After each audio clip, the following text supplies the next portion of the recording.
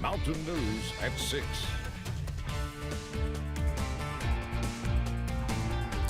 Documents we requested from the Kentucky Department of Education show Hazard High School principal and city mayor Happy Mobellini did not tell state officials he was involved in a lawsuit brought by a former student when he renewed his teaching license in 2020.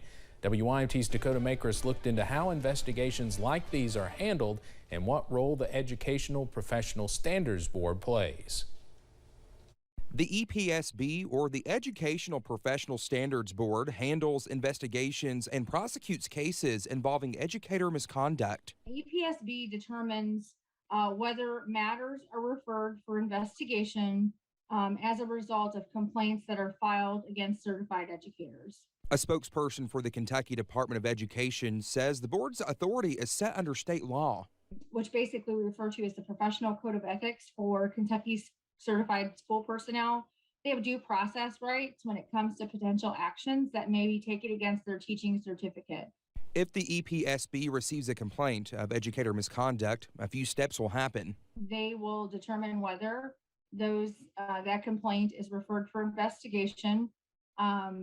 The investigation will take place. There is not really a certain set of time limits. The board holds public meetings every other month. Whenever a decision is made on an investigation, it is voted on publicly. Could it be at risk of not ever teaching again or being suspended? So it is potentially a serious case if you are a teacher and or an educator. All applicants for initial certification and renewal are required to submit a character and fitness portion of the application. The person is asked questions about past convictions or disciplinary actions. If an applicant fails to answer the questions truthfully, the EPSB has the ability to take action against the educator's certificate. The 2019 lawsuit alleges a student was sexually assaulted on a class trip in 2017. Mobellini and 2 teachers are named in the suit, which accuses them of negligent supervision as the trip's chaperones. In Hazard, Dakota Makris, WYMT Mountain News.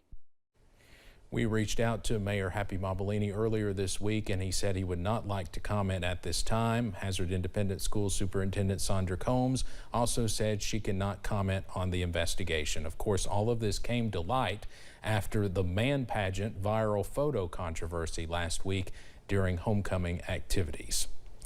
Kentucky State Police Trooper Chris McQueen has been fighting for his life in ICU since September.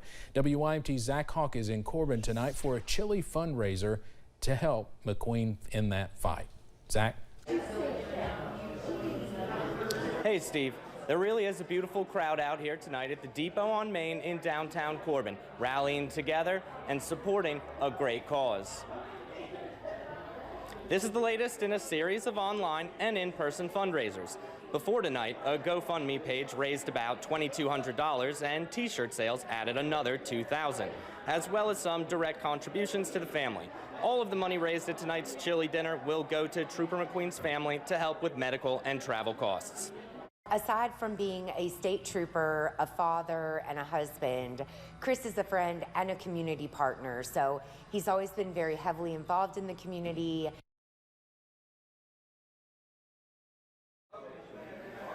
I've spoken to several people tonight, Steve, who have been sharing great stories about the trooper and messages of support for his family. I'll have all of that later. Live in Corbin, Zach Hawk, WYMT Mountain News. Back to you, Steve. All right, Zach, thank you. The chili supper is happening tonight until 8 o'clock. Each bowl of chili costs $10 and will support Chris McQueen's family. Certainly a great cause. Following the resignation of its leading man, the Whitley County Sheriff's Department is heading in a new direction. WYMT's Corey Sanning takes us inside that process.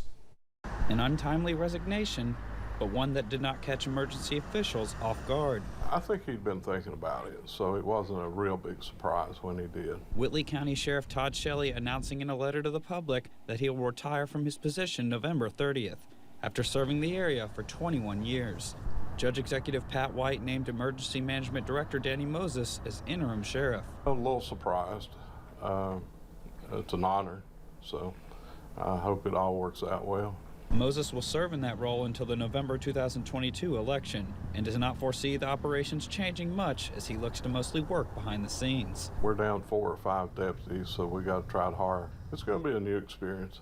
I'm hoping to kind of take care of the office. Allowing the experienced veterans to handle outdoor duties while ensuring the public of their safety. Chief Baker is probably going to take care of most of the road work, the deputies. He's real qualified for that, so I'm going to try to take care of the office. So we're going to take care of them until the next election. Writing a new chapter in Eastern Kentucky law enforcement. In Whitley County, Corey Sanning, WYMT, Mountain News. Moses's career in emergency services spans back to 1979. He says he feels prepared to take on the challenge.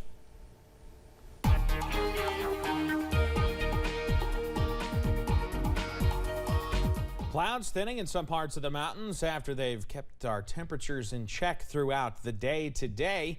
However, we are going to stay dry, it looks like, as we head into the evening and overnight hours. I-64 camera at Moorhead, you see, we're seeing a little bit of sunshine here as the sun begins to set at London-Corbin Airport. Look at the striations in those clouds. Not a bad look there as the sun sets.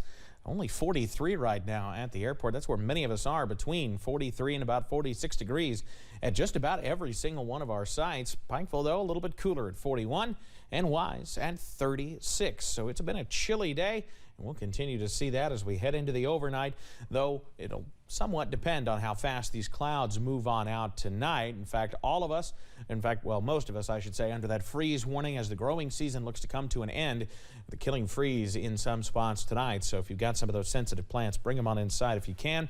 Low 30s for tonight, mostly clear and cold as we see the second freeze of the week, and I don't think we're done there. I'll have the details on when more could pop up coming up in just a little bit. Steve? All right, Evan, thank you. Charles Booker is officially running for U.S. Senate next year. If he wins the Democratic primary, he'll be facing Senator Rand Paul in the November election. Today is the first day of qualifying for the 2022 election. Booker ran for Senate last year but lost against Amy McGrath in the Democratic primary. He was formerly a state representative in Louisville. He says he's running as a normal person, not someone who has been in politics their whole life. A lot of people have checked out on the political process, and they're justified in doing that. So my story, I don't come from politics. I don't do this out of seeking a title. This is survival for me. People know that when I show up, I really care about them, and that transcends party. The general election next year is scheduled for November 8th. And by the way, we're scheduled to have Senator Paul on Issues and Answers next Monday night. Well, Republicans won in all 3 of Kentucky's special elections yesterday. Dr. Donald Douglas will fill the vacancy left by State Senator Tom Buford, who died earlier this year. Douglas defeated Democrat Helen Buckelmaz. Michael Pollock will fill Representative Bam Carney's seat in House District 51. Carney also died earlier this year. Pollock won over Eddie Rogers. Now in our area, Timmy Truitt defeated May Suramick to take over for State Representative Robert Goforth, who resigned. The State Board of Elections still has to certify those results. In Olive Hill, state police are looking for a missing man. They say this man, Orville Keith or Orv Roark, was reported missing today. They say he was last seen, though, in early to mid-September in Olive Hill. They say no one has been in contact with him since then. If you see him or know anything, you're asked to call state police. One East Tennessee man is in jail facing some serious charges. Bell County deputies received a call about a man trying to meet up with an underage girl to have sex. Police arrested 39-year-old Dale Crow of Tennessee. Deputies say Crow admitted that he was in the area to meet with the underage girl. He's being held at the Bell County Detention Center. And we want to remind you tonight that LIHEAP utility help is now available for Kentuckians. To qualify, a single-family household income cannot be more than $1,610 a month and $5,583 for an 8-person household. You'll need your Social Security or green card, proof of income or non-income, and your most current heating bill. Appointments are required at local community action agencies in advance to apply.